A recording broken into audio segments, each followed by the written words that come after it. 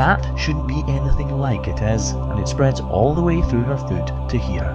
This little cow is in a lot of pain, and we're just about to fix it. A massive problem on our back left foot. Actually, if you come down here, you better see it.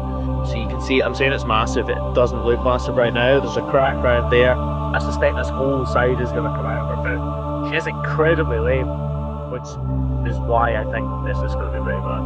This foot is fine though, but it does still need routine trims to make sure that it stays absolutely fine.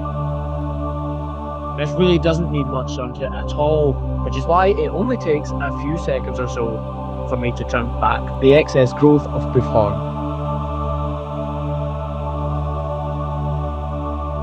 Just trim this back to make sure that all this bruising doesn't materialise into a proper problem. Right, lovely. This, by the way, is not a problem. It's a potential problem. It's on its way to becoming a tool, so which actually is a really debilitating problem.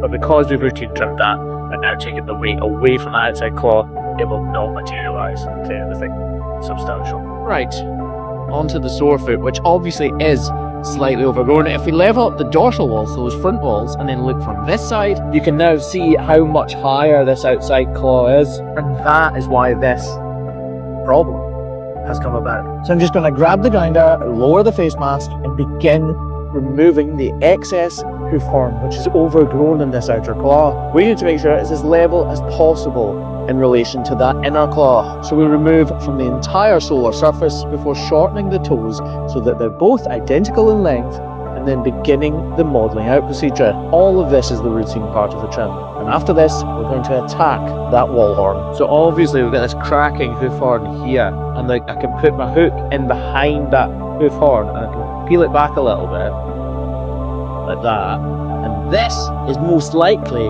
going to match up with this, or at least join up with it by going right the way up that wall horn. Right, so start at the beginning, which is usually the best option.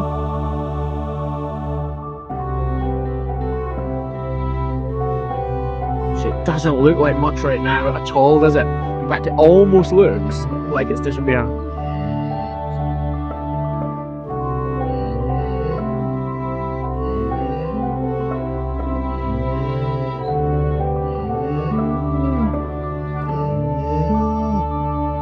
This entire area of wall horn is going to need to be removed, and it's a very delicate procedure. See how big look, Betsy? Is that a crack? Where? No.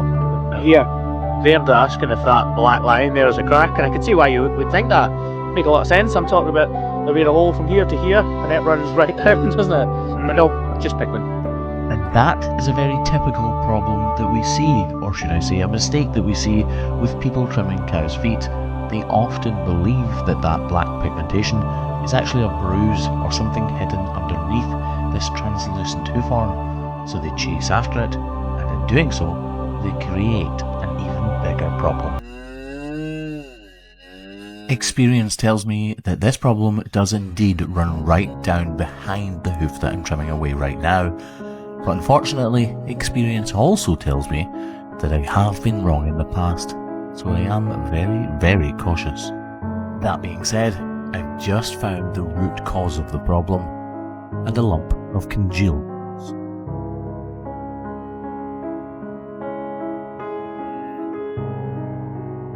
This is what's left over from a battle that's raged inside this hoof horn between the cow's immune system and whatever bacterial infection this cow has had within this foot. You can see all of that gunk that is now coming out now that that granulated tissue has been removed and basically opened the floodgates. Because there's so much draining out of that hole, this is one of the few feet that I'm not going to wrap in a situation like this. We don't want all of that mess to be kept inside our hoof capsule, just causing further problems. We want it to drain out over the next couple of hours or even days. So leaving it like that is really going to take the pressure away from this cow's foot, and therefore help to ease pain levels. This cow is in wonderful hands though. She's already on pain relieving medication, and she will continue that until she's completely healed. She's not walking fantastically well, but she is using that block to its full capacity. So, for this cow,